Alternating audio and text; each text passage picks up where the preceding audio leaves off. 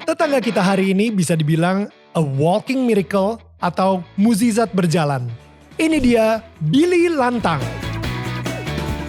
Billy adalah seseorang yang bisa dibilang health freak atau orang yang hidup sangat sehat sejak tahun 2004. Tapi di tahun 2019 yang lalu, Billy divonis oleh dokter bahwa dia hanya punya waktu 3 bulan untuk hidup karena kanker darahnya.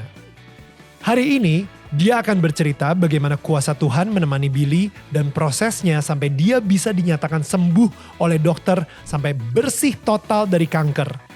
Inilah dia kisah tetangga kita.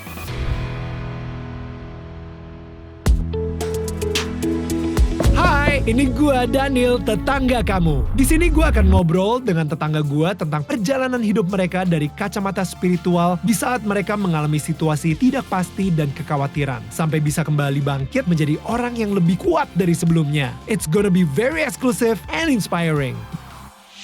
Hai semua tetangga-tetangga gue, di sini Daniel Mananta dan another episode of Daniel Tetangga Kamu. It will be powerful. Tapi yang pastinya guys, gue pengen kasih tahu dulu kalau misalnya kalian suka banget sama channel kita, selain kalian subscribe, kalian pengen memiliki merchandise dari Daniel Tetangga Kamu, langsung aja klik di QR code yang ada di sini dan ini akan membawa kalian ke our official Tokopedia store, yaitu DMN Official Merch. So, thank you so much for your support. Kalau misalnya kalian udah beli-beli merchandise kita. Now, without further ado, ini dia tamu spesial kita banget. This is Pastor Billy Lantang. Wow. How are you, Pastor? Good, thank you. Bro, thank you so much for coming. Thank you for having me. You know, it's amazing that kita pernah nge-zoom bareng, kita pernah mungkin we heard of each other, tapi kita baru ketemu sekarang. Padahal your circle and my circle itu benar dekat banget, mutual banget.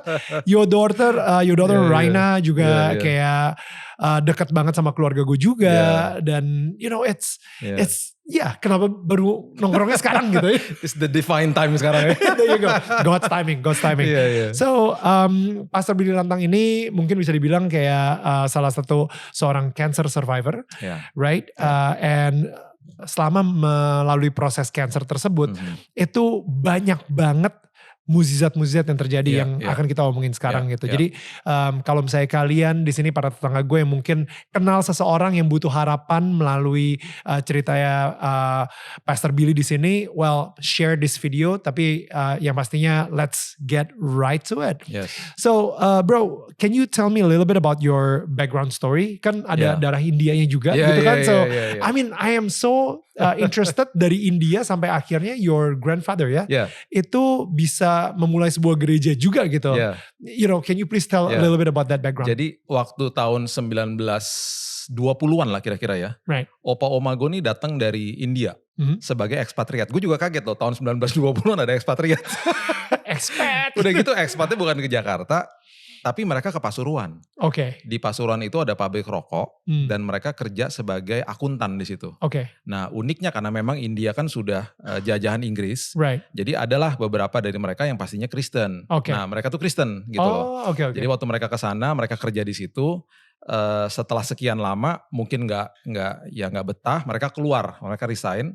Mereka pergi ke kota namanya Batu Malang. Oke. Nah di Batu Malang mereka mendirikan gereja yang sampai hari ini masih ada, namanya GPDI. Wow. Gitu. Jadi my mom dari 8 bersaudara lahir di situ. Orang India asli. Tapi nggak bisa bahasa India. Karena di rumah itu ngomongnya ya kalau nggak bahasa Inggris, bahasa Jawa karena mereka tinggal di Jawa, dan bahasa Belanda karena jajahan Belanda kan. Jadi dia fasih banget bahasa Jawa sama Belanda. Nah akhirnya satu hari opa oma gue meninggal. Dan gue gak pernah ketemu sama mereka. Bagi gue mereka adalah heroes of faith lah bagi gue ya. Sebelum mereka meninggal mereka bilang gini, sebarkan Injil ke Indonesia. Tapi spesifik nih, lewat literatur. Katanya gitu. Jadi spesifik banget tuh ada kata literatur. Nah satu hari mama pindah Jakarta, papa nih orang Manado. Makanya nama gue Lantang, dari kampung Tomohon. Pindah ke Jakarta juga, dua-duanya ketemu di GPDI Ketapang. Gereja jadul.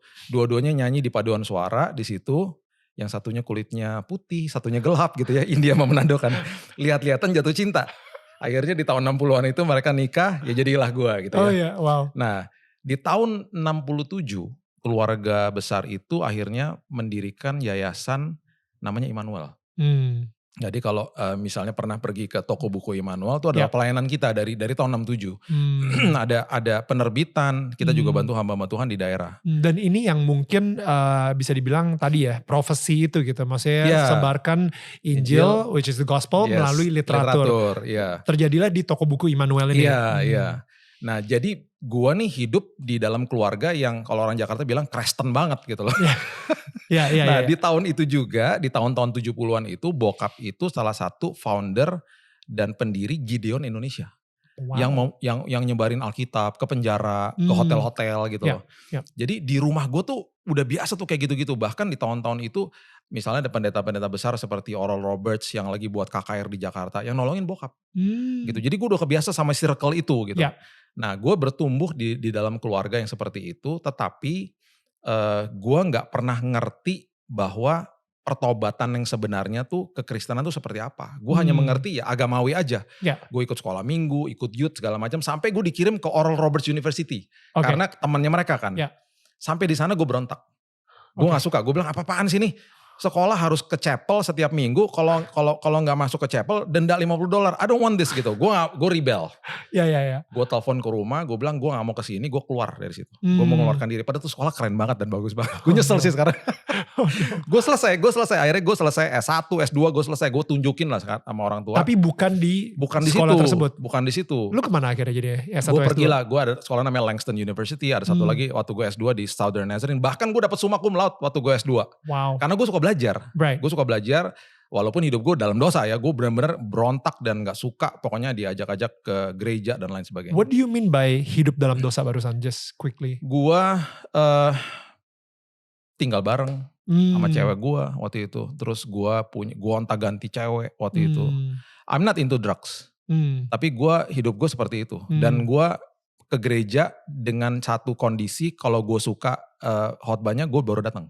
Kalau dia udah mulai nyentuh-nyentuh dosa gue gak mau. Gue gak mau, gue akan tinggalin. Apalagi gereja Indonesia, teman-teman yang ngajakin gue ke sana, gue gak mau. Jangan mau. Lo jangan urusin urusan gue loh, gue punya urusan sendiri, gue bilang gitu selalu. Wow. Jadi gue berontak lah. Nah akhirnya tahun 98 waktu akhirnya pulang ke Indonesia, di situ gue bertobat. Gue akhirnya tahu bahwa kekristenan itu adalah sebuah hubungan dengan Tuhan. Di situ. Ini kecepatan sih, bro. Sorry. Jadi bentar. Jadi gue pertama gini, ini menarik banget ya karena come on, your grandparents, walaupun lu gak pernah ketemu mereka, tapi mereka itu juga seseorang yang benar-benar gila sampai membuat sebuah gereja di Batu Malang gitu kan. Dan abis itu your dad bikin Gideon gitu dan toko buku Immanuel. Dan maksudnya ini kayak udah dilindungin Tuhan banget semuanya, dan elunya malah rebellious gitu, typical preacher's child kali ya, yang benar-benar oke, gue nggak akan pernah mau kayak bokap gue misalnya seperti itu. Like how did, dan maksudnya the fact that lo tadi yang lo bilang hidup dalam dosa tersebut, kok bisa gitu, maksudnya kenapa itu bisa terjadi walaupun sepertinya bokap nyokap udah holy, suci, kudus gitu ya, dan opa-oma juga gitu. Gue munafik akhirnya. Jadi waktu bokap nyokap datang ke sana, gue tunjukkan dengan prestasi akademis gue.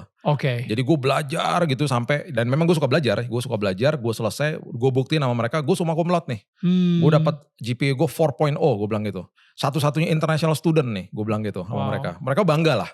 Tapi waktu mereka di sana, gue munafik lah. Gue hidupnya seolah-olah gue ke gereja dan lain sebagainya. Gue ajak mereka ke gereja malah. Tapi waktu mereka pulang ya gue balik dalam dosa lah. Jadi waktu gue bertobat itu mereka bilang gini, bertobat dari mana? Bukan selama ini lu baik-baik aja. You're supposed to be holy already. Malah gue ada adik gue namanya Jesse. Dia bandelnya kelihatan. Dia kabur dari rumah segala macam. Waktu dia bertobat ya jelas lah kelihatan. Dia bertobat gitu ya. Oh pas gue bertobat dari mana? Selama ini bukannya kamu kudus-kudus aja itu. Itu justru yang bahaya tuh. Itu yang bahaya kayak gitu. Gak kelihatan. Jadi harus kalau misalnya ketika ada pertobatan, itu biasanya ada trigger. What was the trigger at the time? Maksudnya itu seru tuh. Iya, lu kan udah S2, kayaknya life is great, udah promising banget. Maksudnya sebagai seorang anak yang S2 secara karir kayaknya udah aman, cewek gonta-ganti mungkin ya, gak jelek-jelek banget berarti kan. Obviously lu hidup bebas, kayak I feel like Why? Kenapa bisa tobat? Dan itu saat itu umur berapa by the way bro? Gua waktu itu tahun 98 berapa ya? 30 ya. Oke. 30 tahun. Oke. Ya jadi gua waktu itu lagi di Jakarta nih ya. Lagi di Jakarta. Lagi dating sama seorang wanita yang bukan seiman. Oke. Lagi jalan di Jalan Sudirman. Tiba-tiba dapat telepon dari seorang pendeta teman gua. Yang punya gereja di Jakarta. Dia bilang. Sorry, at the time you work already? Gue udah kerja, baru mau kerja kan baru pulang nih, baru pulang ke Jakarta ya. Nah terus kemudian dapat telepon dari dia, Bill, gue lagi ada KKR nih gereja gue buat di Istora. Nah gue pas lagi lewat situ tuh, dia telepon sama dia. KKR tuh kayak semacam konferensi gitu ya untuk gereja, dan itu biasanya gede-gedean berapa puluh ribu orang yang datang gitu ya. Iya. Nah dia bilang, gue ada pembicara-pembicara dari Amerika, dan yang nemenin mereka dikit banget. Lu temenin dong gitu, temenin ke apa VIP roomnya gitu loh, dia bilang gitu. Kayak LO-nya gitu ya. Terus gue bilang gini sama cewek gue diajak ke kebaktian nih dekat sini, mau nggak gitu? Kan dia bukan orang Kristen. Terus dia bilang gini, boleh juga deh, lucu juga tuh, pengen lihat kayak gimana sih ibadah orang Kristen gitu kan ya. Gue muter dong di itu tuh di Ratu Plaza tuh gue muter, gue balik, gue ke Istora. Gue Istora, terus gue masuk ke VIP room, nemenin pendeta-pendeta bule-bule itu, cewek gue masuk ke dalam. Lo tau gak 15 menit loh, 15 menit setelah dia masuk, tiba-tiba ada teman gue masuk ke dalam VIP room. Bill, itu yang barusan datang sama lo, cewek lo kan? Iya. Dia pertama cuma nunjukin, dia gak bisa ngomong. Kenapa? Itu lagi altar call, dia lagi nangis-nangis di depan. Lo salah lihat kali, gue bilang gitu. Orang cewek gue gak pernah ngomongin soal Yesus, gak pernah ngomongin soal ibadah, apapun yang gue belum bertobat kok. Lo salah lihat, lo ngawur lo, gue bilang gitu. Bill, sini ikut. Gue ke dalam bro. Gue ngelihat sendiri. Dia tuh di depan lagi nangis. Lagi didoain sama pendetanya. Gue mikir, ini orang, gue gak pernah ceritain soal Yesus. Gue gak pernah ngomong sedetik pun tentang Yesus. 15 menit kok tiba-tiba kayak orang kesirap gitu ke depan gitu, altar call gitu. Gue belum bisa bertanya, gue belum bisa mendapatkan jawaban, gue ke depan juga dong. Gue nemenin dia. Di situ gue dijamah sama Tuhan. Oke. Just quickly, a quick explanation dulu nih. Altar call itu biasanya kalau misalnya tiba-tiba pasturnya, pendetanya bilang siapa yang mau didoain silakan maju ke depan. Yes. Nah, setelah akhir ibadah. Setelah akhir ibadah dan akhirnya ketika orang-orang banyak yang datang, biasanya kayak didoain misalnya, dan ketika didoain itu sering terjadi sih. Tiba-tiba nangis, tiba-tiba ada ya, gue pernah experience juga yang benar-benar kayak ingusnya kemana-mana gitu. Kok samping-samping gue gak ada tisu. Iya. Dan lu saat itu bilang lu dijamah. Artinya dijamah itu apa? Gue ngerasa gini, gila. Orang yang gak pernah dengar Yesus bertobat di depan gue. Itu tanggal, gue gak pernah lupa tuh, 14 Agustus tahun 98. Sementara gue, tiba-tiba kayak ada film gitu, cepet banget gitu di depan muka gue. Sementara gue yang udah dari kecil dibesarkan dengan orang tua yang Kristen banget, values-nya ditanamkan seperti begitu, gue gak pernah mau sungguh-sungguh gitu dalam Tuhan. Gue kayak ketampar banget gitu di situ. Wah, gue ikutan nangis. Gue akhirnya bilang, Tuhan, hari ini saya mau menyerahkan hidup saya sama Tuhan. Jadi akhirnya ya kita putus. Karena kayak betul-betul Tuhan cuman bawa dia untuk membawa gue ke dalam pertobatan gitu. Oh my God. Cuman gitu doang. Dan itu bisa momennya pas banget pas di telepon gue lagi di Sudirman. Dan bisa pas tiba-tiba kayak gue lagi mau pergi, gue lupa ya gue mau pergi kemana. Di telepon kok bisa gue lagi di seberangnya Istora gitu loh. Dan gue bilang aja oke gitu. Dan dia juga bilang oke yuk kesana. Kan cuman sebentar rencananya. Kok tiba-tiba bisa hari itu is a divine day gitu. That I receive Christ as my savior gitu hari itu. Jadi itu momen yang gokil banget sih, itu momen. What happen usually setelah dijamah itu biasanya gimana? Tiba-tiba wah setelah lu nangis, akhirnya hidup lu langsung bersih gitu, langsung kayak langsung suci gitu mendadak gitu. What happened? Kalau bagi gue gini, hidup kita nih kan tubuh, jiwa dan roh ya. Jadi kalau lahir baru tuh waktu tahun 98 yang lahir baru tuh roh gue. Nah jiwa gue, kalau jiwa kita kan ada keputusan, ada pikiran, emosi. Itu udah penuh sampah. Penuh sampah kan. Nah untuk supaya pikiran gue, hati gue bisa mulai bersih lagi dan mulai benar lagi, itu kan gradual. Makanya pembaharuan budi kan firman Tuhan bilang. Jadi di hari itu gue akhirnya sadar juga bahwa roh gue nih yang baru lahir baru, usianya lebih muda daripada jiwa gue yang penuh sampah. Yang udah lebih tua. So good. Yeah. Jadi berarti tugas gue sekarang adalah kasih makan nih rohnya. Supaya lambat laun dia akan lebih berkuasa, lebih hebat, lebih dewasa, lebih bisa menguasai jiwa gue. Gitu loh. So good. Jadi jangan kasih makan jiwanya terus gitu. Dengan sampah-sampah gitu. Jadi gue mulai tekun doa, tekun baca firman. Mulai gue belajar sendiri. Dan akhirnya gue menemukan sebuah prinsip yang wow ternyata prinsip kerajaan sorga dahsyat banget nih. Gue mulai tergila-gila sama firman Tuhan akhirnya. What is tahun 98. Prinsip apa itu? Nah, prinsip itu adalah ketika gue mulai terbuka dan ayat pertama yang gue baca adalah Matius 6 ayat 33. Carilah dahulu kerajaan Allah dan kebenaran. Itu gue dalam hati gini, kerajaan Allah dan kebenarannya apaan ya? Akhirnya gue mulai gali dong. Jadi akhirnya mulai dari tahun 98 sampai sekarang, isi pesan-pesan firman Tuhan yang gue sampaikan itu pasti prinsip kerajaan. Karena gue terkesima sama, wow is the kingdom gitu loh. Sampai gue baru sadar juga, wow ternyata kita ini adalah ambasadornya duta besar kerajaan surga. Yang dikirim ke muka bumi, karena dia sistemnya kerajaan, berarti kita harus mengkolonisasi bumi. Mengkolonisasi berarti kita menularkan budaya kerajaan pusat, ya kan? Kan duta besar kan? Terus berarti kalau gue duta besar Amerika misalnya dikirim ke Indonesia, kan semuanya dibayarin sama Amerika. Jadi waktu gue dikirim ke sini, gue berarti gini, berarti Tuhan semua kebutuhan gue beres lah. Kan gue dikirim. Keluarga gue pasti beres juga, Tuhan yang tanggung semuanya. Jadi mulai saat itu mulai terbuka tuh, tung satu-satu gitu. Terus akhirnya gue mulai sadar juga, iya ya, gue ini hanya pengelola bukan pemilik gitu. Wah akhirnya jadi bebas kan hidupnya kan. Jadi merdeka banget, wah gue makin terkesima sampai hari ini. Sampai hari ini, I love the word of God. That's beautiful. That's beautiful. I never thought of it that way. Khususnya bagian yang kayak kalau misalnya jadi ambasador Amerika pasti negaranya yang ngebayarin lo gitu, kerajaan yang bakal ngebayarin lo. Itu gue nggak pernah mikirin sih. And they will protect you. Bener. Kalau ada apa-apa di Indonesia dia akan ditarik pulang dan dijagain. Dan siapapun yang ada di, misalnya kita di Indonesia, misalnya kita ada kerusuhan di sini, kita kan nggak boleh masuk ke dalam kedutaan sembarangan. Itu kan udah wilayahnya mereka. So even though you are here on earth, you are still under the property of the kingdom. You are so protected by the kingdom, by the king. By the king. Kan gokil banget. Sementara raja di dalam dunia ini diproteksi sama rakyat dan para prajuritnya, raja kita yang proteksi kita. Itu mind boggling buat gue. Jadi gue akhirnya berpikir, wow Tuhan, this is so amazing gitu loh buat gue. Ya udah. Sejak saat itu gue makin, wah udah. Gue gak bisa lepas dari firman Tuhan.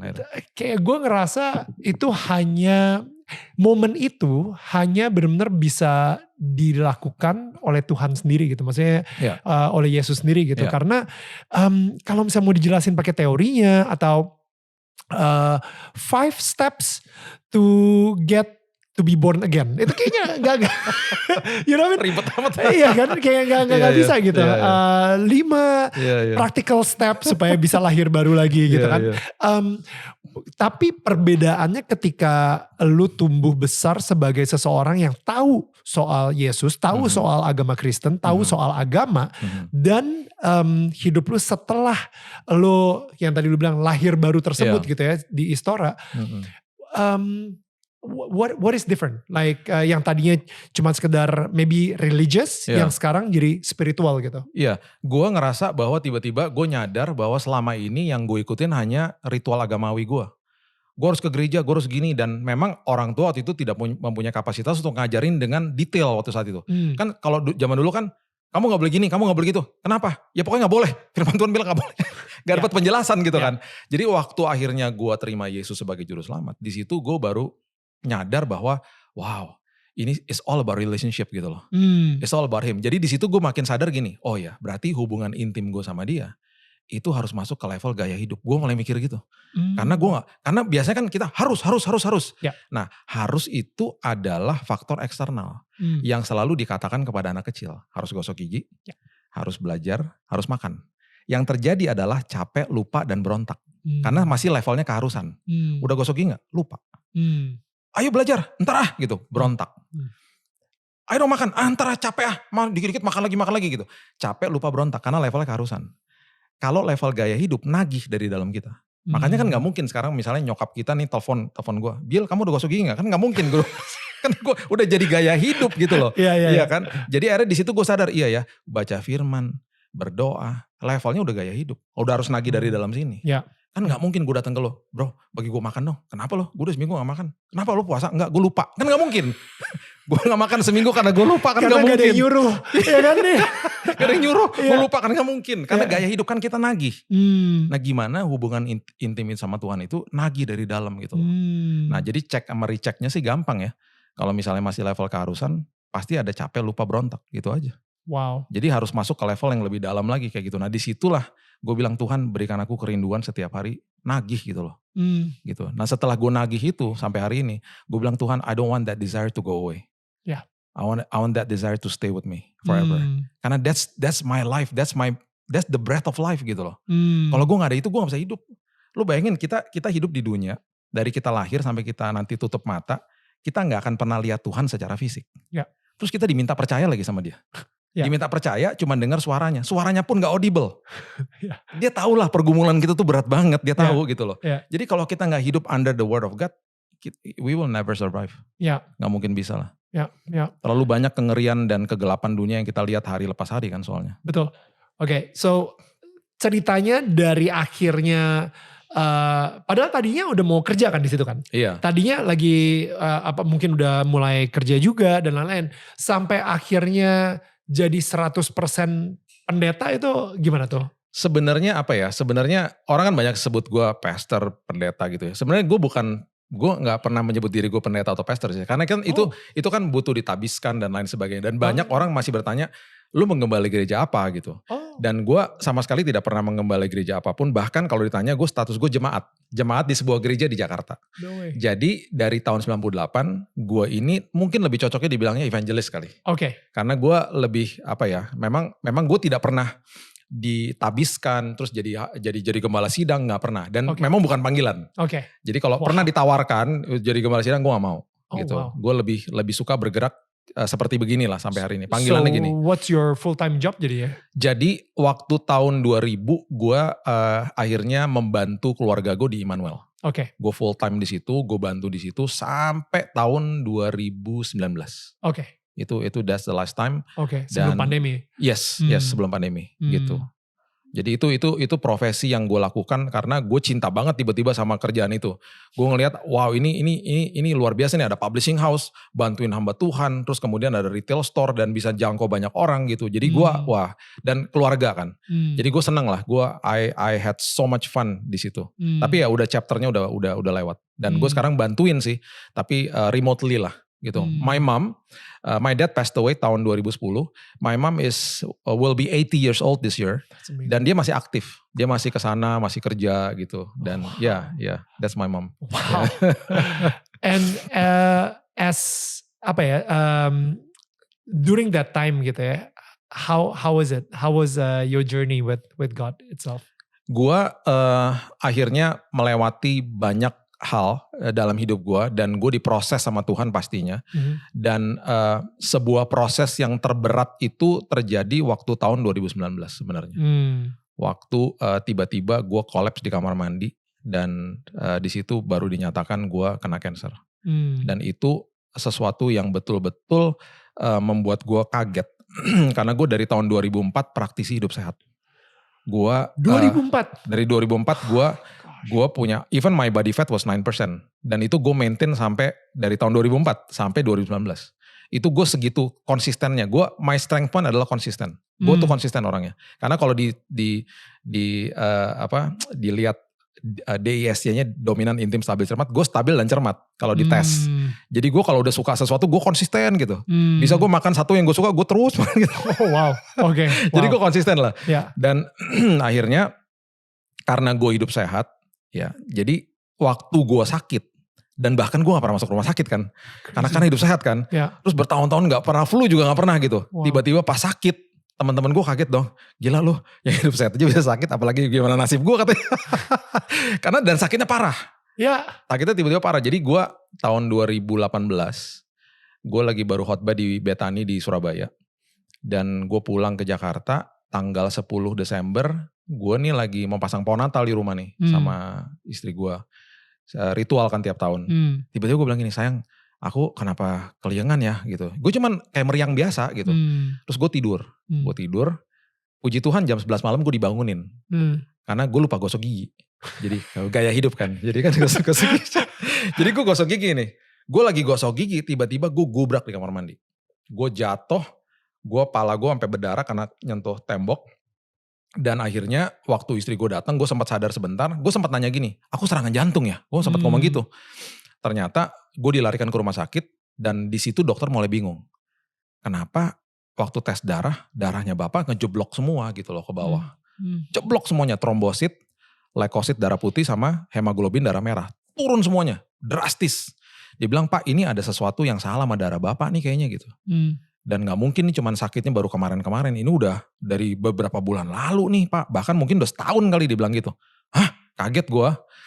Nah akhirnya karena udah akhir tahun, gue dilarikan ke Singapura. Istri gue bilang, udahlah kita cek di sana aja. Tanggal 2 Januari 2019 hasilnya keluar. Hasilnya adalah infiltrasi zat asing yang masuk ke dalam tubuh gua dan mengakibatkan gua kena kanker darah. Kanker darah. Wait. 2004 lu hidup sehat banget. Itu artinya lu nge-gym, lu makan juga clean food. Clean banget sampai body fat 9%. Tidur cukup. Semuanya ngerokok enggak. Dan alkohol mungkin sekali-sekali gitu misalnya. Wine, I like wine. Wine gitu. Dan gaya hidup sehat itu. Dan lu check up by the way, sorry. Tiap tahun check up dokter. Enggak juga sih. Enggak juga. Tapi gua pernah. Cuman sekali. Itu kesalahan gue mungkin. Terlalu pede mungkin. Jadi 2019 itu dikasih tahu infiltrasi zat asing. So that means dengan gaya hidup lo kebetulan ada yang infiltrate atau gimana? Yes, ada infiltrasi. Jadi 3 pertanyaan dokter tanya. Ngerokok gak? Enggak. Tinggal dekat pabrik gak? Enggak. Kerja di pabrik gak? Enggak juga. Gitu. Ya. Akhirnya dia bingung. Ini kenapa nih orang gitu? Apa keluhan kamu selama 2 tahun terakhir? Akhirnya gue bilang, iya ya 2 tahun terakhir gue kalau pakai deodoran gue gatelan. Di ketiak gue sampai hitam. Dia bilang, nah itu dia. Terus dia bilang gini, kalau kamu pakai produk apapun dan gatel, stop. Karena itu berarti tubuhmu lagi kasih indikasi dia gak cocok gitu loh. Oh my goodness, this is so good. Gue baru aja nyobain deodoran baru dan gatel. Stop it man. Stop. Thank God. Stop. It's a sign. It's a sign. Stop. Oh my goodness. Stop, ya. Gue sampai bilang kayak agak perih-perih gitu. Yes, gue sampai perih.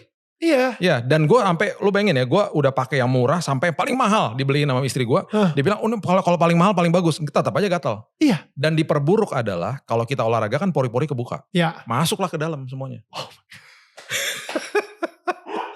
It's a sign. Soalnya gue bilang, wah ini deodoran mahal banget nih, gitu kan. Kemarin baru dapat pas lagi Christmas. Mereknya juga bagus banget gitu. Wanginya juga enak. Tapi perih makanya. Ya udahlah, yang penting wanginya enak. Oke, it's a sign. Thank you. Wow. Pakai organik aja. Iya, yang gak ada zinc kan biasanya. Atau enggak, istri gue buatin di rumah itu dia lihat dari YouTube. Ya. Jadi pakai essential oil, pakai coconut oil yang betul-betul organik semuanya. Gue nggak gatal pakai gituan justru. Right. Gitu. Jadi dokter bilang apapun yang membuat kamu gatal harus stop. Dan salah satu tau gak yang bahaya apa? Laundry. Nah, dia kasih tau gini. Laundry itu kalau kita terima kan pakai plastik. Terus kita masukin lemari pakai plastiknya kan. Betul. Nah, itu harusnya plastiknya dibuka. Baju diangin-anginin dulu 3 hari, baru pakai. Karena itu tetap ada chemicalnya gitu. Untung-untung kalau tubuh kita nggak apa-apa gitu. Tapi kan nggak semua orang bisa begitu. Kita gitu kan loh. olahraga, jadi pori-pori kita kebuka banget. Iya. Jadi zat-zat apapun bisa masuk tuh pas bisa lagi masuk gitu. So good. Oke, wah, oke. Thank you. This is thank you. Gue buang apa sih? Clickbaitnya ya selesai gitu. Wow, oke. So setelah itu ketika dokter bilang bahwa 2 tahun terakhir ternyata lo deodoran, that was the infiltrasi zat yang membuat kanker darah. Nah terus gue tanya gini, kanker darah itu stadium berapa? Udah pasti orang cancer nanya stadium berapa kan? Dia bilang gak ada stadiumnya kalau kanker darah, yang ada jenis. Terus dia bilang gini, jenis yang ada sama kamu, acute myeloid leukemia itu adalah jenis yang paling progresif dan paling mematikan. Gue lemes dong dengerin gini. Istri gue udah nangis sebelah gue. Terus dia bilang gini, I am so sorry, but your lifespan is only 3 months. Dia bilang gitu. Kan kalau di Singapura mereka harus kasih taunya detail kan di awal kan. itu gue lemes banget. Gue lemes banget dan gue mulai ada sebuah kekuatan sih dalam hidup gue yang mendorong gue untuk berjalan, dan gue bilang sama Tuhan, gue pokoknya nggak mau tahu. Gue harus pulang ke rumah, not in the body bag, tapi gue harus pulang ke rumah sembuh. Karena anak gue yang satu masih SMA, satu masih SD. Gue harus pulang, I need to raise them up. Gue gak mau tahu gimana perjalanan ini, gue harus pulang, gue pasti sembuh, gue bilang gitu. Itu mulai tuh dari hati gue mulai keluar di hari itu. Nah mulailah perjalanannya akhirnya gitu. Perjalanan yang cukup panjang untuk menjalani dan sangat-sangat tidak mudah. Gue bayangin ya, gue itu baru buka asuransi. Dan ini istri gue sampai kayak kalau bisa jambak rambut gitu ya. Baru buka asuransi kan ada masa tunggu 90 hari. Gue sakit di hari ke-76. Jadi asuransi gue gak cover gue. Jadi gimana coba? Jadi akhirnya teman-teman pada bilang gini, Bill Singapura aja, Singapura bagus, Singapura. Biayanya mahal banget bro. Duitnya dari mana? Duit dari mana mahal banget gitu ya. Akhirnya gue tanya sama dokternya, DP-nya berapa? Untuk mulai kalau di sini. Dia sebut angkanya. Terus gue bilang gini, I have to take my son back to Jakarta karena dia mesti sekolah segala macam. Dia bilang, oke, lo mau pulang gak apa-apa, tapi dalam 5 hari lo skemo lo. Lu kondisi lo udah makin hancur, dia bilang gitu. Gue pas pulang, gue bilang gini sama my dad, I call him dad kalau gue doa. Gue bilang, Dad, you heard what he said. Waktu dokternya bilang, I need this much of money. Dan kalau gue gak ada di akun gue untuk kasih DP-nya, it's a sign that I need to get the treatment di Jakarta aja. Begitu. Ini doa sama Tuhan ya, dad, your dad. Ya, sama istri gue. Within 3 days, uang itu ada di BCA gue. Persis jumlahnya. Come on. Persis jumlahnya. Dari mana? Beberapa orang. Wow. Dan gue hanya kasih tahu ke temen, dan gue hanya kasih tahu ke teman dekat, maksudnya sama keluarga udah pasti. Cuman gitu doang. Within 3 days. Dan gue gak pernah kasih tahu bahwa gue butuh DP, gue mau ke Singapura. Enggak, gue diem, gue gak pernah ngomong apa-apa. Karena gue dalam prinsip hidup gue adalah, gue anaknya dia, kalau ada apa-apa gue harus kasih tahu dia. Gue gak mau kasih tahu siapa-siapa. Jadi waktu gue ngomong begitu dan tiba-tiba persis jumlahnya, gue bilang sama istri gue, let's go. Dia gak mau dong. Itu kan cuma DP.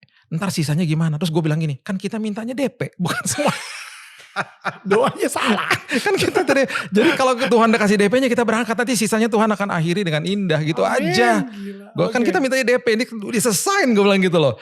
Ya makanya selalu gue bilang jalan sama Tuhan yang ngeri-ngeri sedap lah. Ngeri-ngeri sedap lah. Akhirnya kita berangkat. Kita berangkat, gue sampai di sana, gue pilih kamar yang paling murah. The cheapest room yang berempat kamarnya. Berempat. Gue mau muntah dong karena bau makanan tiba-tiba. Terus gue bilang sama dokter, dok, di Singapore General Hospital ini, gue lihat di website, ada satu kamar yang bukan VIP, harganya sedikit lebih mahal dari kamar berempat, karena sendirian. Mau dong gue kamar itu aja gitu. Memang gak ada kacanya bro, gak ada kacanya. Tapi kamarnya memang bukan VIP. Udah habis pak, itu kan populer banget kamar itu gitu. Oh ya udah. Ya udah gue berdoa. Nih step by step benar-benar Tuhan tolong. Akhirnya gue berdoa, terus akhirnya malam hari itu, gak sampai 24 jam, suster masuk ke kamar gue. Pak, pihak rumah sakit dan dokter udah setuju, Bapak bisa dimasukin di kamar nomor 3 di ujung sana. Itu adalah suite room, di atasnya VVIP. Gue bilang, gue gak mau, gue gak pernah request kamar itu. Bayarnya gimana? Gue bilang gitu. Enggak. Dokter sama rumah sakit udah setuju Bapak masuk kamar itu, tapi ntar bayar yang satu kamar yang tadi aja tuh, yang murah itu. Rate-nya segitu aja. Gitu. Serius nih, gue bilang gitu. Istri gue pas dia dikasih tahu itu lagi di bawah, lagi beli makanan. Gue kan udah gak bisa jalan ya. Gue pas masuk rumah sakit udah di kursi roda. Gue gak tahu gimana hari itu gue dapat kayak kekuatan ekstra. Gue turun dari tempat tidur. Gue ngepakin barang gue. Gue tarik. Gue jalan ke ujung. Ke kamar nomor 3. Mereka berubah pikiran. Exactly. Mereka datang ke gue. Kenapa? Kursi roda. No. Minggir. Kamar nomor 3 mana? Gue bilang gitu. Sebelum lu ganti pikiran. Gue masuk duluan. Pas gue masuk gue dalam hati gini. Wow, Tuhan keren banget. Sampai pas gue buka toiletnya, karpet semua bro. Wow. Gue sampai bilang, Tuhan gue tidur situ juga gak apa-apa deh. Rupanya dia udah kasih. Karena memang Tuhan mau kirim beberapa orang untuk besuk gue, doain dan lain sebagainya. Jadi dikasih ruangan yang cukup besar. Dimana anak gue juga yang waktu itu Raina yang sedang sekolah di sana. Dia akhirnya juga bisa nyamperin dan bisa tidur di situ dan lain sebagainya. Jadi dia udah siapin lah semuanya. Ya. So pesan gue cuman gini. Kalau kita masuk ke dalam perjalanan padang gurun, apapun yang kita lewatin, dan kita pasti ngadapin masalah di dalam dunia ini, ingat Tuhan udah siapin semuanya. Karena dia sangat sayang banget sama kita. Dia udah siapin semuanya. Jadi waktu gue masuk, dan akhirnya gue dikasih tahu protokol yang mengerikan akhirnya sama dokter. Ketika satu hari dia datang setelah besoknya, dia bilang oke, besok Bapak akan masuk ruang tindakan, dibolongin dadanya. Dadanya dibolongin, dimasukin nanti cairan kemonya. Itu patut dijelasin di awal masih oke lah. Cairan kemonya 500 ml ya Pak sehari sebotol aqua. Oke, dikali 7 hari berarti 3,5 liter. Oke. Terus tiba-tiba dia diem, terus dia menghela napas gitu. Kalau dokter udah menghela napas itu berarti ada sesuatu yang is not good gitu. Terus tiba-tiba dia bilang gini, kalau satu tetes dari cairan kemo itu jatuh ke tangannya suster ketika suster lagi beberes. Kan itu kan kantong kemo kan, itu kan liquid. Itu tangannya suster kebakar. Satu tetes aja, melepuh. Karena udah kayak raksa lah berarti. Jadi Pak, Bapak bisa bayangin kalau 500 ml kali 7 berarti kan 3,5 liter ya. Masuk ke tubuh Bapak, ya melepuh lah dalamnya. Hancurlah semua organ-organnya gitu. Jadi setelah Bapak di kemo 7 hari, Bapak akan kolaps organ-organnya, Bapak akan masuk ke ICU, Bapak koma, mati Pak. Ya ngapain diobatin? Gimana sih? Iya dong, ngapain ya tadi banget sih? Waktu gue punya 3 bulan sekarang jadi tinggal 7 hari gitu. Iya, terus dia bilang gini, ini semuanya 70% gagal. Jadi kalau 30%-nya berhasil, itu akan just prolong your life for 6 months. What? Iya, jadi maju salah, mundur salah, gak ngapa-ngapain juga salah. Ya udahlah, udah there's no hope udah gitu loh. Nah, ini dahsyatnya nih. Terus dia minta tanda tangan ya. Dia minta tanda tangan supaya kalau misalnya gue meninggal, istri gue tidak akan tuntut rumah sakit. Kita tanda tangan. Itu gue udah kayak tanda tangan sertifikat kematian. That's ya udah tanda tangan dia keluar. Pagi harinya, gue tuh dapat renungan harian. Gue baca Amsal 4 ayat 20-23. Bunyinya gini. Arahkan telingamu kepada ucapanku. Simpan di dalam lubuk hatimu. Karena itu adalah sumber daripada kehidupan dan kesembuhan. Gue baca itu pagi-pagi tuh. Wow. Jadi waktu dokternya keluar, tiba-tiba nih, dari roh gue keluar nih, kata-kata gini. Istri gue lagi nangis, gue bilangin, sayang, ingat gak tadi pagi kita baca? Arahkan telingamu kepada ucapanku, simpan dalam lubuk hatimu. Yang tadi dokter katakan kan kenyataan hidupnya aku ya. Yang tadi pagi kita baca kan kebenaran ya. Kenyataan harus tunduk sama kebenaran sayang. Tiba-tiba gue ngomong gitu. Mengalir tiba-tiba, kenyataan tunduk sama kebenaran. Tiba-tiba gue nangis. Kayak ada sesuatu yang merasuki gue dan tiba-tiba jadi kekuatan tuh.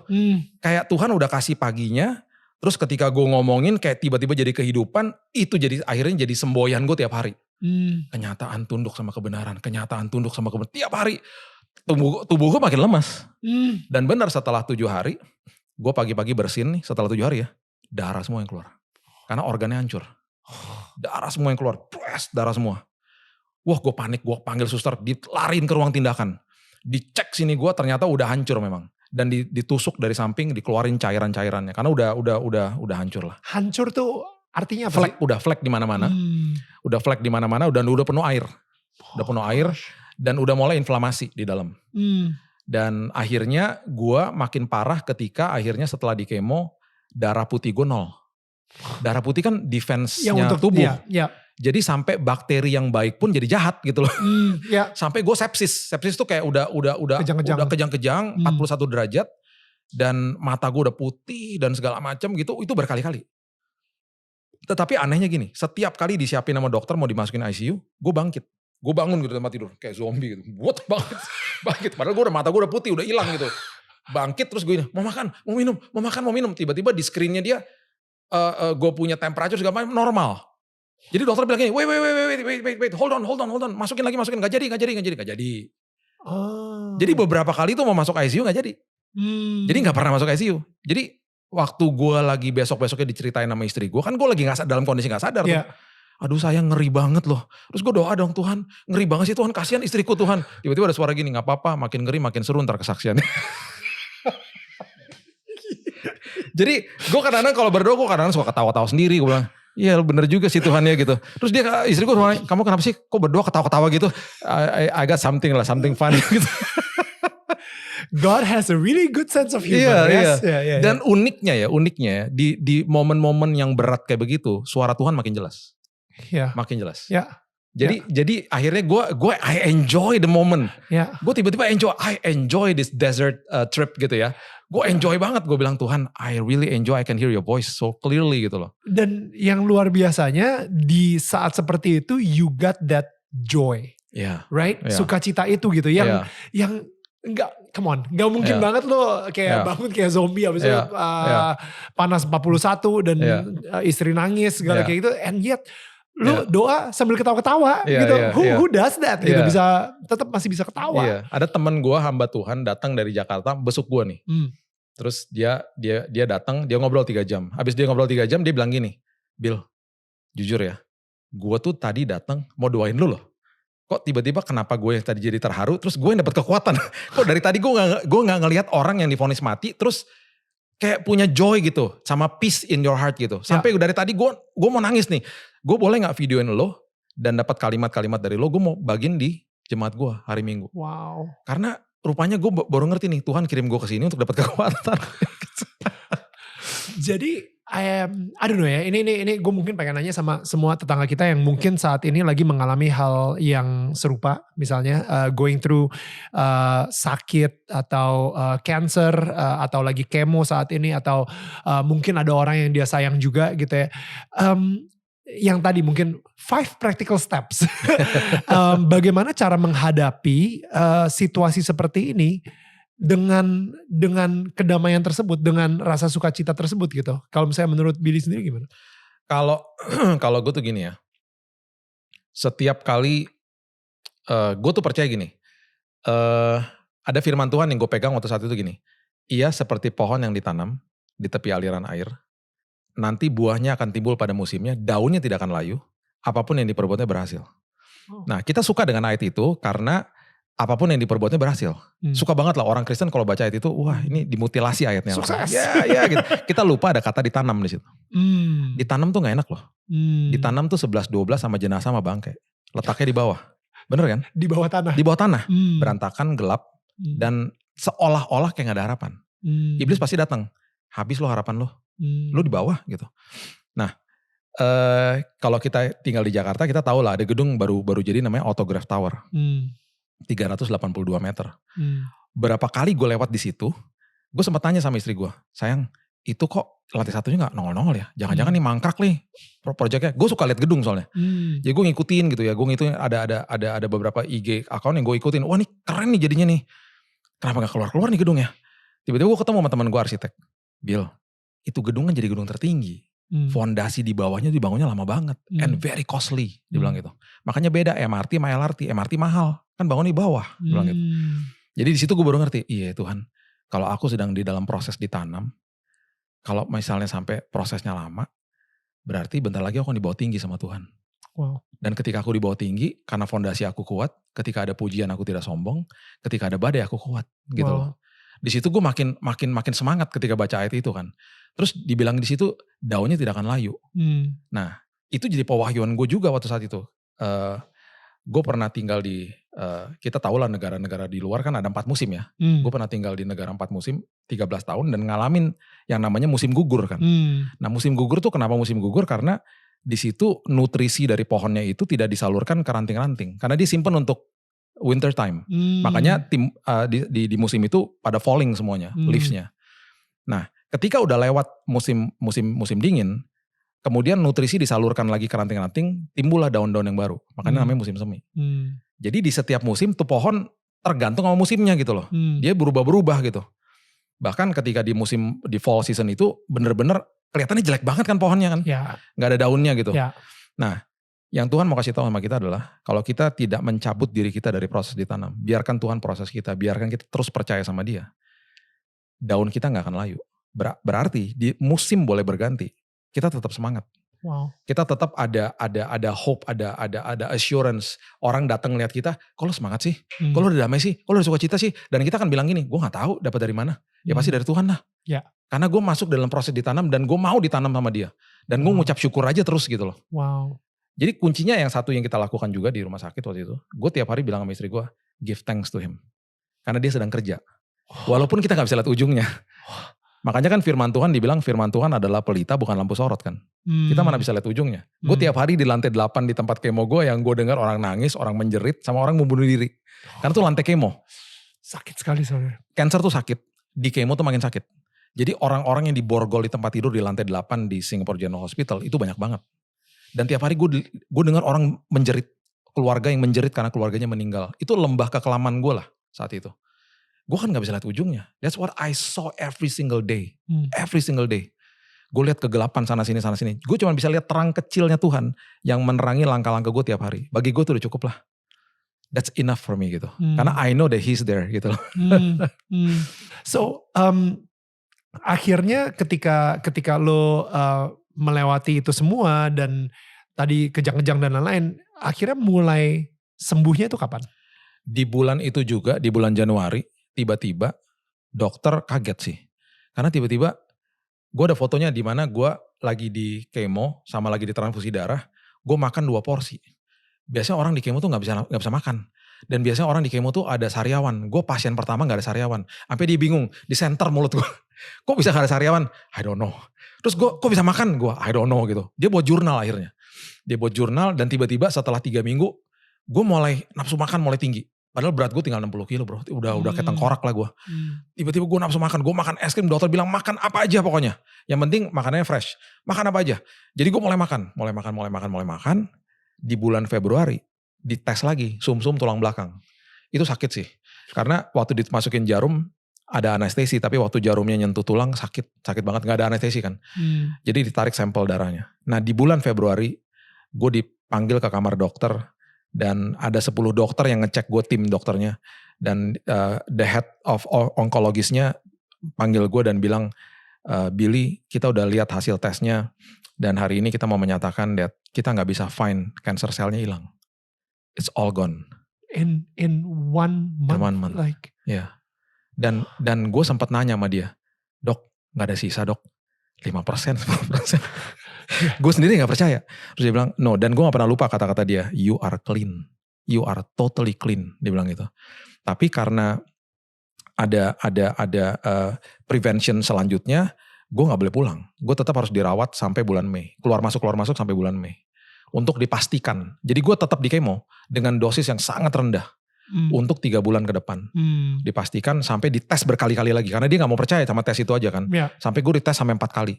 Sampai bulan Mei akhirnya bener-bener gak pernah ditemukan apapun. Di bulan Mei gue di-discharge dari rumah sakit. Dan tanpa obat.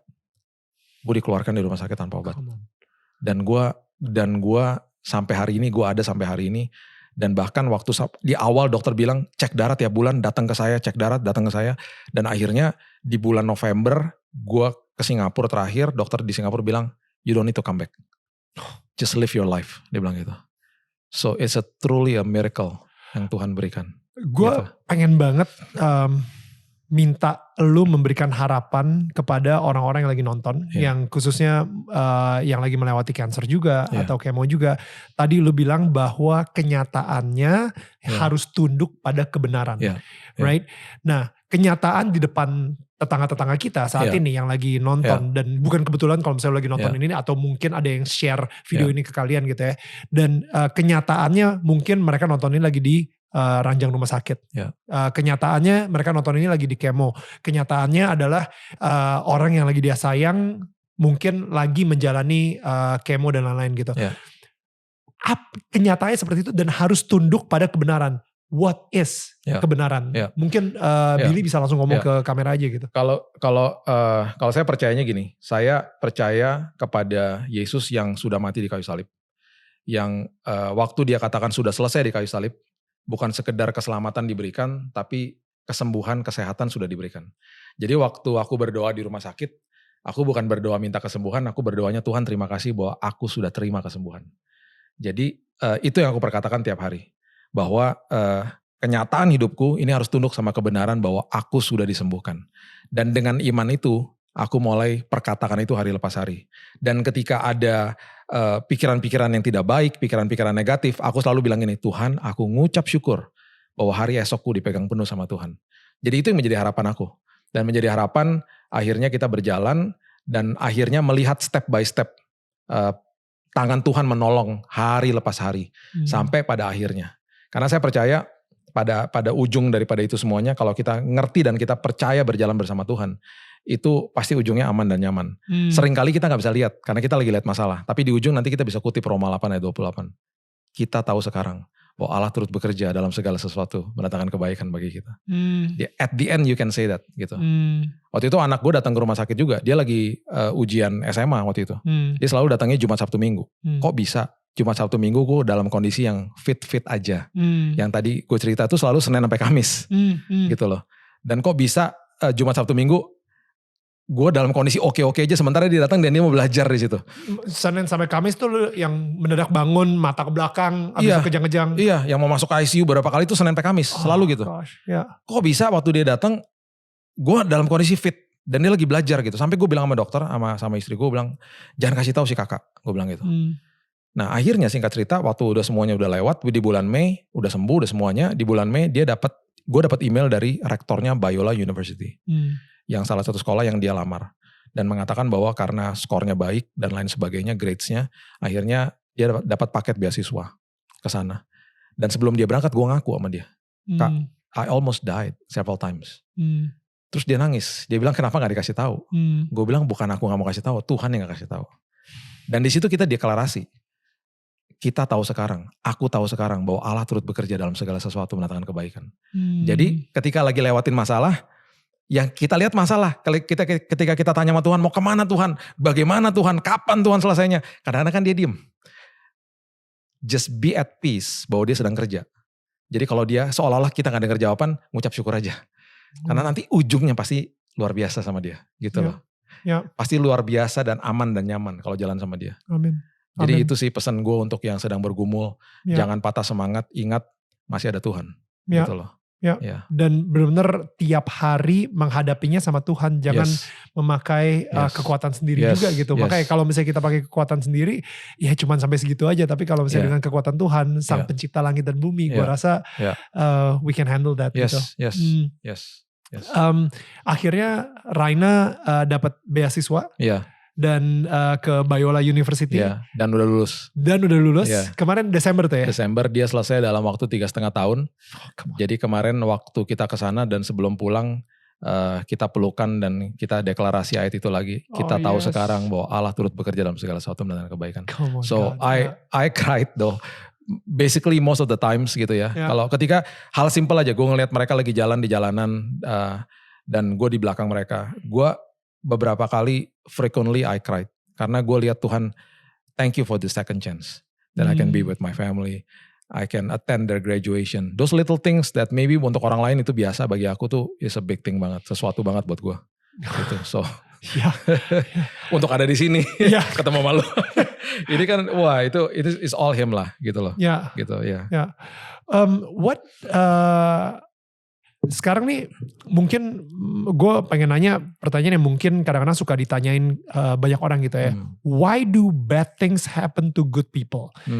Tahun 98 ketika lu sudah lahir baru dan abis itu kayak come on, lu sendiri juga akhirnya menyebarkan Injil melalui literatur, melalui toko buku Immanuel, dan di situ lu juga menjadi evangelist gitu ya, yang khotbah dan lain-lain gitu kemana-mana.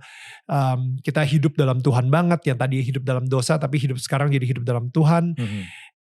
Kenapa masih kena musibah? Dan musibahnya juga gede banget lagi. Gitu. Itu menjadi banyak pertanyaan bagi banyak orang, dan itu menjadi sebuah keluhan di awal ketika istri gue denger itu, dan dia sempat bertanya, Tuhan kenapa Billy yang udah melayani Tuhan bertahun-tahun kok kena penyakit kayak begini. Gue sempat bilang gini, sayang jangan bertanya gitu sama Tuhan, karena kita hidup di dalam dunia yang penuh dengan dosa, dunia yang penuh dengan kegelapan. Any bad things can happen to anyone gitu loh. Bahkan gue gak percaya kalau ada sebuah pesan bahwa tahun 2003 akan ada resesi. Anak-anak Tuhan tidak akan kena resesi. Ya come on lah. Kita akan semua kena badai. Masalahnya adalah, perbedaannya adalah, kita ini adalah rumah yang didirikan di atas batu karang. Atau lagi di atas pasir. Yang orang yang percaya sama Tuhan di atas pasir pastinya dong. Dan ketika ada badai datang, kitanya teguh, kitanya kokoh. Jadi pastikan, seperti Paulus bilang gini, bermegahlah di depan kesengsaraanmu, karena itu adalah sebenarnya momen untuk kamu belajar tekun. Di situ kamu akan lahir yang namanya tahan uji dan pengharapan. So, yang namanya kesengsaraan, ujian, kehidupan, pergumulan hidup, we never know. Gue gak pernah tahu tanggal 2 gue akan diperhadapkan dengan vonis dokter. Kita gak pernah tahu di bulan Maret 2020 tiba-tiba terjadi lockdown di mana-mana. We will never know. Right. Karena itu external factor. Dan itu ada di dalam dunia yang sudah gelap ini. It can happen to anyone. Tapi satu hal, kita punya Tuhan. Nah, berarti kalau kita punya Tuhan, kita punya pengharapan. Kita punya jalan keluar. Kita punya mujizat. Iya kan? Kita punya hal baik yang terjadi gitu loh. Karena itu aja perbedaannya. Jadi believe in God. Gitu yang loh. di atas batu karang tersebut, kadang-kadang orang mikir kayak, kok mereka bisa sih kayak ngelewatin hal ini dengan tadi tuh rasa sukacita, dengan kedamaian gitu. What is the secret? Emang benar karena fondasinya di batu karang gitu, bukan di atas pasir. And that, you know, when you said tentang 2023 itu resesi, banyak sih circle gue itu yang I think sekarang ini membuat keputusan based on that fear, akan ketakutan bahwa tahun 2023 itu akan resesi. You know, pada akhirnya iman kita itu benar-benar tercerminkan dari our decision making sih. Apakah kita membuat keputusan karena hati yang penuh cinta dan kedamaian, atau hati yang penuh ketakutan. And I think ketika lu tadi mention seperti itu, gue penasaran aja gitu. Yes, tahun 2023 lu mau percaya Tuhan atau lu gak percaya Tuhan, resesi is coming. Recession is coming. So what can we do as someone yang benar-benar berpegang teguh sama Tuhan? Takut itu normal loh. Oke. Ketakutan yang gak boleh sebenarnya bagi anak Tuhan. Wait. Takut itu normal, ketakutan tidak boleh. Iya. Oke. Karena takut, we always maybe fear something. But we don't want to live under fear. Itu yang gak boleh. Gitu loh. Kita fear something because we have emotion lah. Dan gue rasa emang ketakutan, maksudnya gue rasa takut itu sebenarnya sehat. Kalau misalnya kita, you know, kalau misalnya kita nggak takut sama harimau, iyalah, you know, bahaya. Obviously nenek moyang kita udah pada mati semua. Iya. Right. Gue masih takut lihat kecoa. Badan segede ini. Takut gue. Tapi janganlah hidup di dalam ketakutan karena ada 7.000 lebih janji firman Tuhan. Gitu loh. Jadi perbedaannya gini loh. Ada orang yang hanya sekedar tahu firman. Tapi ada orang yang hidupnya dikuasai sama firman. Itu beda. Oke. Can you, let's get into that. Kan? Jadi contohnya gini, Daud itu waktu satu hari dia dipanggil untuk bertemu sama Goliat, dia kan gak tahu hari itu dia akan ketemu sama Goliat. Dia kan gak tahu. Dia hari itu bangun pagi, bapaknya bilang gini, Ut, anterin roti sama keju ke kakak-kakak lo di lembah Tarbantin atau lembah Elah. Dia mungkin nanya, di mana tuh Beh lembah Tarbantin? Google Map aja ribet amat sih lo gitu. Itu dia bangun pagi, Alkitab ngomong gitu loh, anterin roti sama keju gitu. Yang biasanya dia menggembalakan kambing domba di padang kan. Nah, yang kita perlu tahu adalah setiap hari di padang itu tanpa orang lihat, dia hidupnya dikuasai firman. Dia nyembah Tuhan, bahkan dia udah biasa ngerobekin rahang singa beruang, gak ada yang lihat. Gak ada takutnya soalnya. Dan dia gak perlu platform, gak perlu punya panggung gitu loh. Karena memang hidupnya dikuasai firman lah. Dia datang nih ke lembah Tarbantin. Semua ada di Alkitab tuh 1 Samuel 17. Dia sampai di sana, diketawain sama kakak-kakaknya. Ngapain lu kesini? Bocah. Kira-kira umurnya 19 tahun loh bro. Waktu saat itu dia berangkat. Untung puji Tuhan dia kepo. Dia nanya, ada apa sih? Gitu. Dikasih tahu dong. Tuh gue lihat tuh nantangin kita bla bla bla segala macam. Nah, nanti baca sendiri 1 Samuel 17 ayat 26. Kira-kira dalam bahasa Indonesia sehari-hari dia ngomong gini. Guys, kita kan bangsa bersunat, dia kan kagak. Gitu loh. Nah, maksudnya gini. Waktu saat itu bangsa Israel tuh bangsa bersunat berarti memiliki penyertaan Tuhan. Bangsa yang tidak bersunat tidak memiliki penyertaan Tuhan. Saat itu. Apakah bangsa Israel tahu bahwa mereka bersunat dan mereka memiliki penyertaan Tuhan? Tahu. Itu udah ritualnya mereka umur masih kecil udah langsung disunat semua 8 hari. Iya, exactly. Semua disunat, Yesus juga sunat kalau itu. Jadi itulah perbedaannya orang yang tahu tentang kebenaran tapi hidupnya yang satunya dikuasai sama kebenaran. Terus dia bilang gini, lu ngapain takut? Kalau dia lawan kita, dia pasti kalah lagi, dia kan gak bersunat. Dengan kata lain dia ngomong gini, lu kirim prajurit yang paling cungkring pun lawan dia, lu menang lagi. Wow. Mungkin kira-kira dia ngomong gitu. Bisa bayangin gak? Itu kata-kata bocah 19 tahun yang lagi bawa roti sama keju, disampaikan ke raja. Karena kata-katanya penuh dengan bobot. Disampaikan ke raja, terus dia mungkin prajurit ngomong gini, bos, itu ada bocah 19 tahun yang ngomong gini. Kita kan bangsa bersunat, bener kan bos ya? Mungkin Raja Saul ngomong gini, iya sih. Cuman bos mesti denger deh. cara dia ngomong tuh beda loh bos. Gue tadi bener-bener diberkati banget loh bos sama dia gitu. Dibawa, dia bisa beraudiensi loh sama raja. Right. Lagi bawa roti sama keju loh. Right. Dia beraudiensi sama raja, ditanya dong kredibilitasnya, lu anak siapa? Anak Isai. Emang lu punya pengalaman perang? Kagak. Nah itu kan gue lihat, lu gila aja gitu kan. Terus dia bilang gini, bos, gue udah biasa matahin rahang singa sama beruang. Itu kan makhluk-makhluk yang tidak bersunat. Itu Alkitab ngomong gitu loh. Ya. Terus dia bilang gini kan pasti, itu kan juga sama aja. Gak bersunat, beda bentuk aja dia bilang gitu. Gokil. Jadi ya bayangin ya, nasib sebuah bangsa. Kalau bangsa Israel maju sama dia dan kalah, itu suruh nyembah loh. Jadi budaknya. Jadi budak loh. Dia bisa ngomong gini akhirnya raja. Nasib sebuah bangsa diserahkan kepada bocah 19 tahun yang lagi bawa roti sama keju. You will never know. At any time, you will save a nation. You will save yourself. You will save a moment gitu. Gara-gara hidup lo dikuasai firman. Jadi waktu akhirnya dia ngomong gitu, yang Raja Saul bilang apa? Dikasih baju perang kan akhirnya. Dia bilang gak mau raja, berat. Itu kan cara dunia, gak mau gue. Lalu mau bawa apa? Tongkat, batu 5, umban, sama tas kecil buat batunya. Diketawain sama orang-orang, diketawain sama gue lihat. Umban tuh katapel ya? Katapel. Oke. Ya. Dikatapel. Karena di dalam pikirannya Daud pasti gini, apapun yang kecil, kalau bermitra sama Tuhan, jadi besar. Wow. Mungkin hari ini kita cuma punya lutut sama air mata. Dan ketika itu bermitra sama Tuhan cukup. Jadi perkara besar. Ya kan? Dia maju diketawain sama Goliat. Kita udah tahu lah ceritanya. Mati Goliat. Sama lah tongkatnya Musa juga kecil gak ada artinya. Ketika bermitra sama Tuhan lautan kebelah. 5 roti dan 2 ikan gak ada artinya. Bermitra sama Tuhan bukan 5.000 loh. 5.000 pria. Yeah. Kalau itu ada istri dan 2 anak 20.000 orang makan hari itu. So hari ini kita maju tanpa perlu merasa ketakutan. Karena ada janji Tuhan dan pastikan hidup dikuasai firman. Wow. Because at any time, at any moment you are faced with difficulties, you are ready gitu loh. Wow. Gitu loh. Setiap hari begitu aja udah. Hidup intim sama dia. Ya dengan modal mungkin ya doa aja gitu. Dengan yang tadi lutut dan air mata aja cukup gitu. Yang penting kita benar-benar mempunyai hubungan dan bisa bermitra sama Tuhan tadi itu. That's amazing. Kita udah ngerasain di tahun 2020, 2021, di mana pandemi itu benar-benar kayak nge-stop semuanya gitu.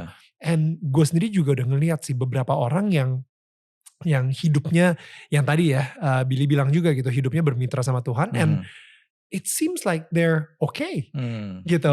Dimana semua orang kayak selalu bilangnya, oh it's gonna be end of the world atau apapun dan lain-lain gitu. And I think tadi itu sih. Dan yang gue perhatiin, karena mereka tahu janji Tuhan. Yang mungkin tadi Billy sempat bilang, berapa? 7.000? Ya, 7.000 lebih. 7.000 lebih janji Tuhan di Alkitab. Itu sama aja ya ketika gue jujur hari ini baru aja extend asuransi mobil gue. Hari ini. Dan gue sempat baca beberapa yang penting-penting lah di asuransi itu, apa aja, nge-cover apa aja dan lain-lain gitu. Dan gue sekarang nih kalau misalnya nyetir, kalau misalnya ada motor lewat, nyerempet gitu, udah nanti asuransi aja. Sempet kita ditabrak dari belakang, udahlah nanti asuransi aja. Karena apa? Karena gue tahu apa isi asuransi tersebut gitu. Bayangin kalau misalnya gue gak tahu isi asuransi tersebut dan gue tetap nyetir seperti gue gak punya asuransi. Ada mobil, ada motor nyerempet, gue buka kaca, weh nanti yang bayar siapa nih? You know what I mean? Like, ditabrak dari belakang, gue keluar langsung marah-marah sama mobil belakang gue. Karena gue gak tahu janji atau kontrak yang ada di dalam asuransi tersebut. Dan untuk mengetahui si 7.000 lebih janji Tuhan kepada kita itu, I think it's always good untuk balik lagi ke Alkitab dan cari tahu aja gitu. Karena kadang-kadang kalau misalnya kita nggak tahu, kita di cover apa aja sama Tuhan, ya kita akan hidup dengan ketakutan banget sih. Betul.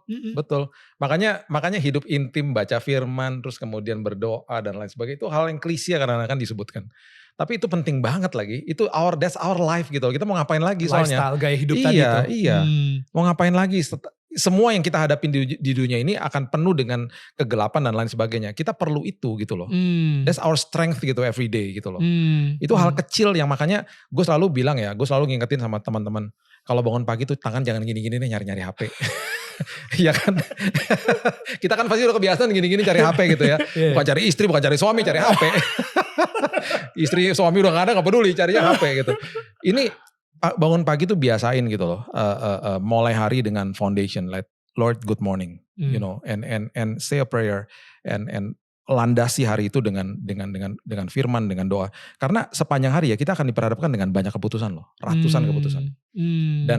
Dan selalu ya Roh Kudus akan bicara di dalam roh kita, dan kemudian iblis akan bicara di dalam pikiran kita. Dua-duanya suara itu ketemu di hati nurani. Yang ngambil keputusan kan bukan iblis, bukan Tuhan, kita kan.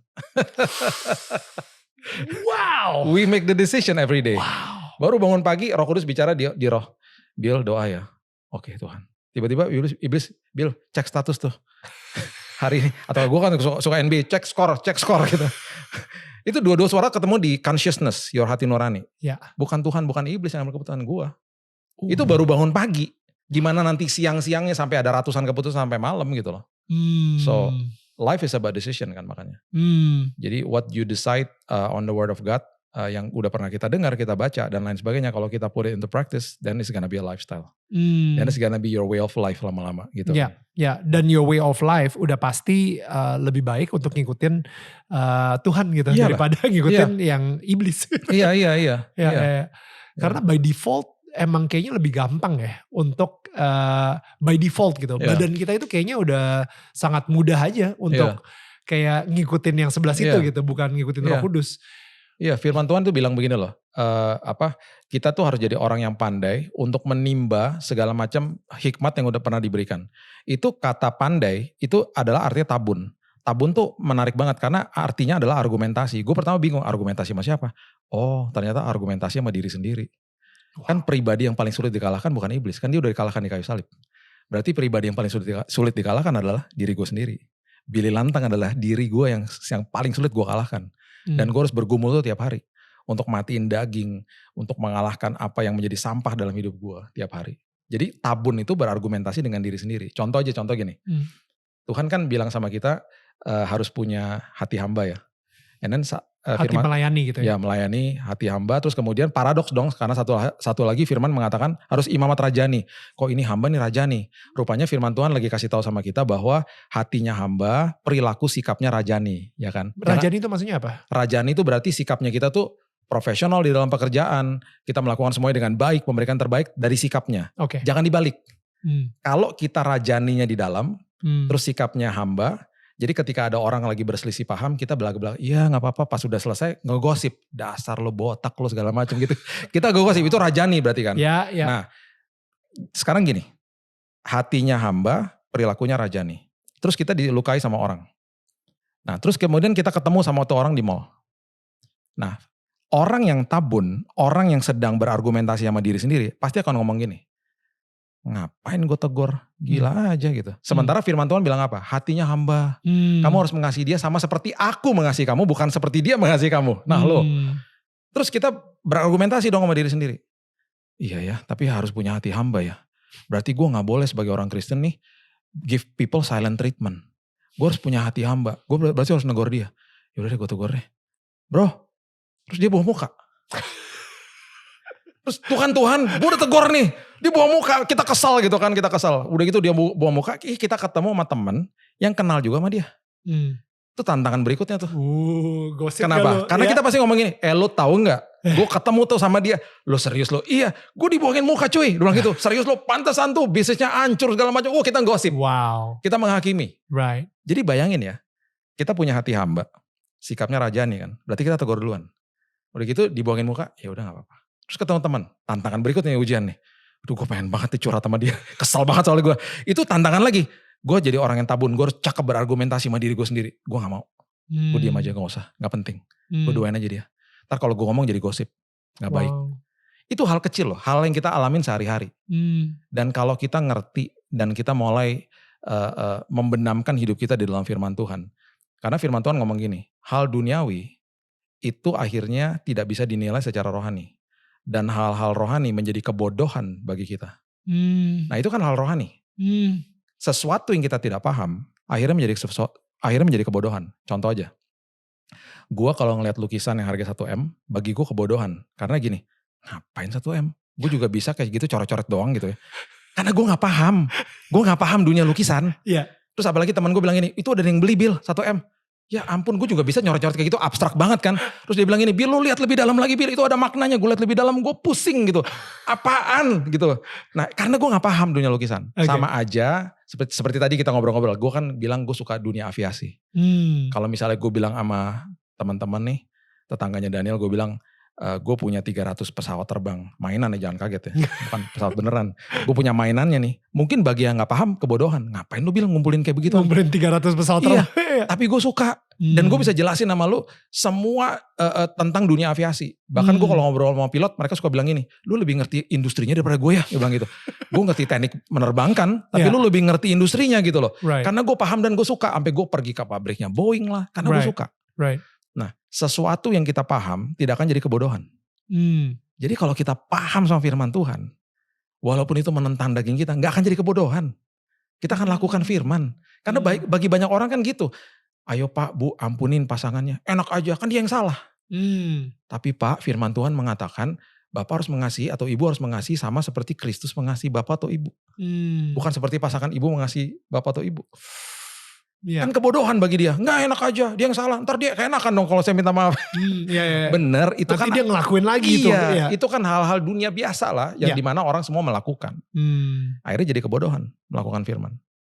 Jadi once you know the word. Dan kadang-kadang, bukan kadang-kadang, sering sekali itu melawan kedagingan kita. Nggak jadi kebodohan lagi ketika kita lakukan. Walaupun berat loh. Dan gue selalu adalah orang yang paling vokal untuk kasih tahu sama anak-anak Tuhan. Don't give people silent treatment. Karena that's not nice. Tuhan Yesus gak pernah mau begitu juga sama orang.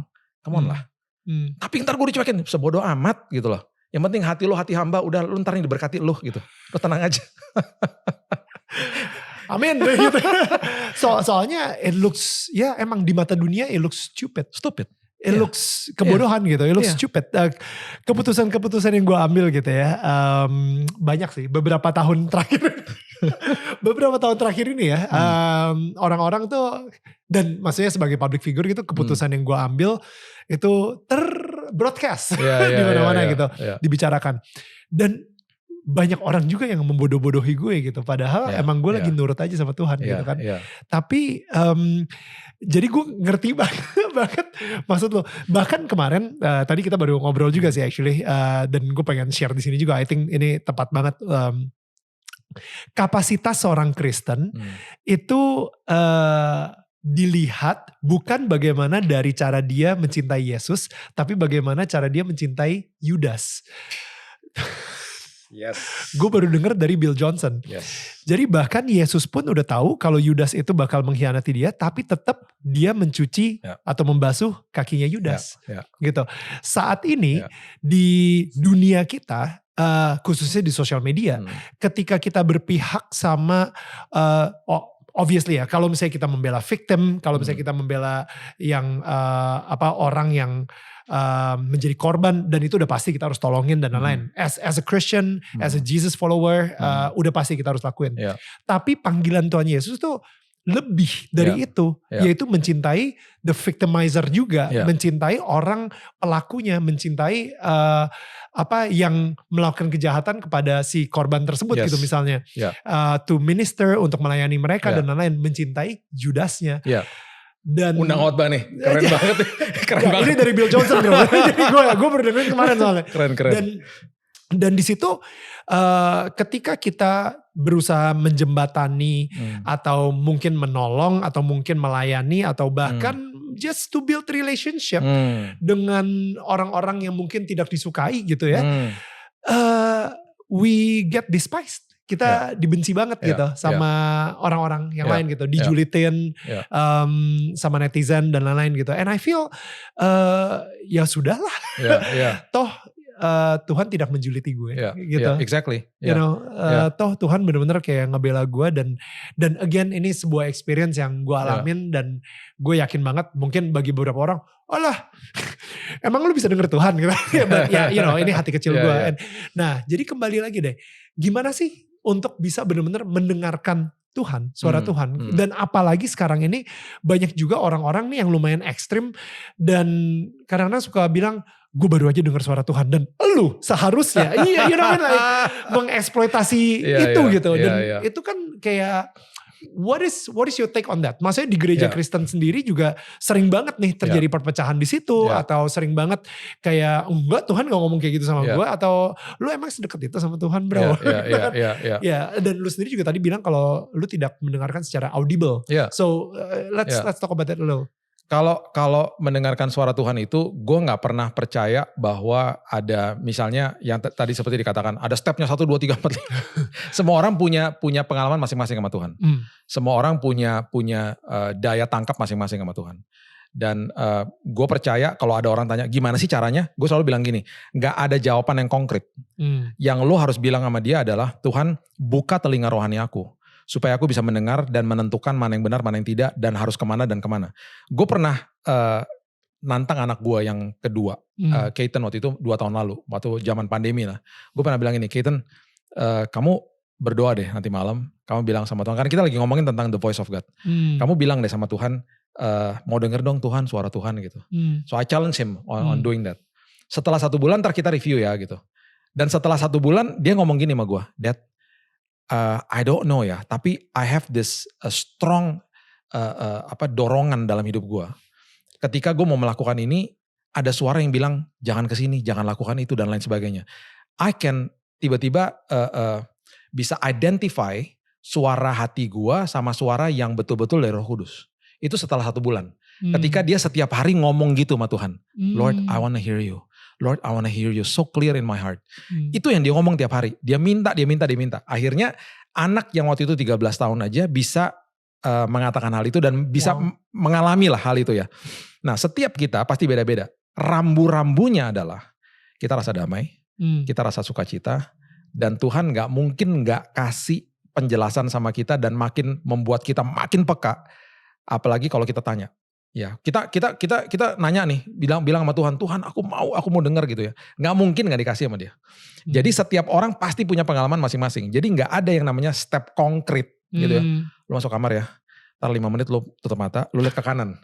Ntar lu akan dengar tuh dari telinga kiri lu. Nggak ada kayak gitu-gitu. karena memang ya, Tuhan Yesusnya ngomong gini nih sama Thomas. Karena kamu udah lihat aku, kamu percaya. Berbahagialah orang, diberkatilah orang, makarioslah orang, blessed are you, yang walaupun tidak lihat, namun percaya. Gitu. Jadi kita orang-orang yang walaupun nih kadang-kadang kita belum dengar, kita udah percaya duluan. Justru di situ kita akan justru nanti diperjelas suara Tuhan. Percaya duluan sebelum kita dengar. Makanya ada sebuah kisah yang betul-betul menyentuh hati gue banget ketika ada seorang businessman, dia masuk ke dalam airport dan dia bilang di Alaska nih, gue mau beli tiket dong, mau beli tiket pulang. Terus dia bilang, oh cuma ada pesawat kecil, baling-baling. Oh ya gak apa-apa, gue sama teman gue berdua. Masuk ke dalam pesawat, mereka cuma berdua sama pilot. Pesawat baling-baling kecil, terbang. 10 menit pertama gak apa-apa, tiba-tiba cuaca buruk. Tiba-tiba goyang dong pesawatnya. Pesawatnya goyang, tiba-tiba pilotnya ngomong gini. Karena dia tahu nih businessman anak Tuhan. Tolong dong doain gue. Kenapa kamu panik gitu? Gue biasanya kalau lagi badai gini gue disorientasi. Lah elah lo pilot gimana sih gitu. Terus tiba-tiba yang paling parah lagi dia bilang gini, tolong doain karena kalau lagi badai gue kadang-kadang suka pengen pingsan. Dia bilang gitu. Lah gimana sih? Bukannya tadi kalau gitu gak usah terbang dong gitu. Terus dia bilang, ya tadi waktu ramalan cuaca baik-baik aja. Tapi ketika di daerah sini memang cuaca suka berubahnya cepat. Abis dia ngomong gitu dia pingsan beneran. Pingsan beneran. Oh my goodness. Lu bisa bayangin businessman ini sama temennya panik dong. Ya mereka ambil radio, mereka mede gitu. Puji Tuhan ada pesawat kargo yang lewat, nangkep suaranya bilang gini, bentar lagi saya akan hubungin kamu sama tower terdekat ya, sabar bentar. Benar beberapa menit kemudian suara dari tower terdekat itu kontak mereka. Bilang, yang orangnya ngomong gini, Pak saya udah dapat your distress call. Dan di depan saya udah siapin buku manual untuk menerbangkan pesawat kecil itu. It's simple kok, dia bilang gitu. Terus dia bilang gini, Pak saya bisa lihat Bapak di radar saya. Bapak gak bisa lihat saya. Sama seperti Tuhan, saya bisa lihat kamu gak bisa lihat saya. Terus kemudian dia ngomong gini, Pak jangan lihat keluar. Listen to my voice. Just look at the instrument, don't look at the storm. Listen to me. Sebentar lagi di depan Bapak, bukan nakut-nakutin ya Pak, akan ada mountains. Saya akan bawa Bapak manuver kanan kiri. Don't look outside. Listen to my voice. Singkat cerita, pesawat itu mendarat dengan selamat. Walaupun bouncing sampai 7 kali. Karena dia bukan penerbang kan. Selesai, dia turun dari pesawat, dia trauma, dia masuk ke hotel di terdekat. Sebelum dia tidur, ada ketokan di kamarnya malam-malam. Pas dia buka, si pria yang dari tower itu berdiri di depan situ. Dia bilang, "Sir, I was the voice that helped you and guided you through." Dipeluk dong sama dia. "Duh, thank you, you saved my life." Terus dia bilang gini, "Pak, ada kejadian dulu persis kayak begini. Tapi pilotnya itu atau bapaknya itu tidak survive. Dia jatuh, pesawatnya crash. Karena dia terus lihat keluar. Dia gak dengerin suara saya. Bapak luar biasa, Bapak dengerin suara saya dan Bapak pulang dengan selamat." Nanti satu hari kita akan ketemu sama suara itu. Dan kita akan pelukan sama dia. Dan di hari itu Tuhan akan bilang sama kita, "Welcome home. You are safe and sound karena kamu dengar suara aku sepanjang hidupmu. And I guided you home." Jadi jangan lihat stormnya. Belajar lihat kebesaran Tuhan. Di situ kita akan makin jelas dengar suara Tuhan. Justru orang-orang yang sedang ngalamin padang gurun seperti gue waktu saat itu. Alkitab bilang Tuhan berbicara kepada Yohanes Pembaptis di padang gurun, bukan kepada imam besar. Justru orang-orang yang lagi ngelewatin masalah, buka telingamu karena itu kesempatan dengar suara Tuhan di situ. Makin tajam akhirnya gitu. And when you listen to that voice, even though it's not audible, that voice gonna guide you home gitu loh satu hari nanti. So that's beautiful. Dan gue ngelihat lu adalah a walking miracle right now. Amen. Yang dibilang divonis sama dokter 3 bulan. Amen. Tapi ya tadi tuh balik lagi ya ngedengar suara Tuhan. Kenyataan harus tunduk terhadap kebenaran, dengerin suara Tuhan, soal so many things. Lo benar-benar setia banget untuk dengerin suara Tuhan day by day, pelita kecil bukan lampu sorot dan lain-lain gitu ya, sampai akhirnya 2 tahun kemudian, bukan cuma lu menyaksikan Raina lulus di Biola University,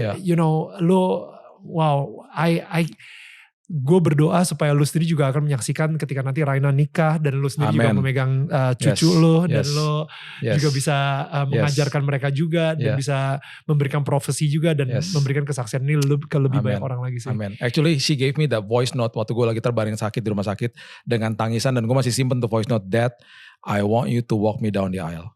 Amen. Don't go." Dia bilang gitu. It'll happen one day. Amin. Amin. Bro, kayaknya gak akan selesai kita ngomong. But I think we need to close right now. Dan gue berharap banget tadi kita semua bisa belajar dari Billy Lantang. Dan gue sendiri juga banyak banget yang gue serap. And dari tadi hati gue yang amin. I receive it, I accept that.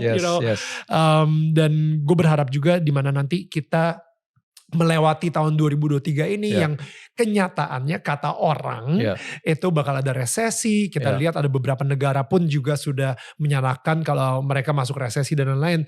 Tapi kenyataan harus tunduk pada kebenaran. Right? Jadi kebenarannya adalah Tuhan akan selalu menjaga anak-anaknya. So kita cuma terus berpegang sama janji Tuhan. 7.000 lebih janji Tuhan di dalam Alkitab gitu. Jadi kalau misalnya kalian mau tahu apa lagi ya janji Tuhan, ya cek. Serius lah, cek. If God is for me, who can be against me? Itu salah satunya.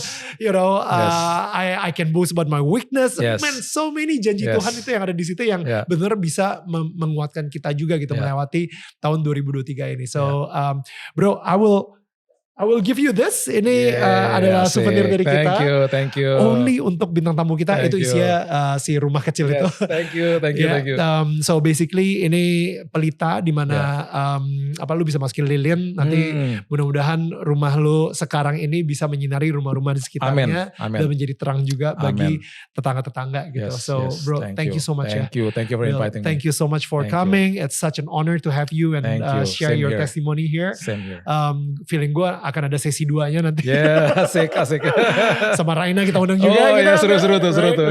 So guys, and gue pengen bilang thank you juga kepada kalian yang udah nonton dari awal sampai hari ini. Dan again, kalau misalnya ini bisa menguatkan seseorang yang kalian sayang atau yang kalian kenal, cuman 1 klik share, right? Tombol share. Mungkin ini bisa memberikan harapan buat orang tersebut, malah bisa merubah hidup mereka dan mentransformasi hidup mereka menjadi lebih baik dan lebih berpegang sama Tuhan. So just one click of a button yaitu tombol share. Yes. Thank you so much guys. Thank you juga buat yang udah subscribe. We'll see you guys again next week. Tetangga saling menyangga bukan menyanggah. Bye.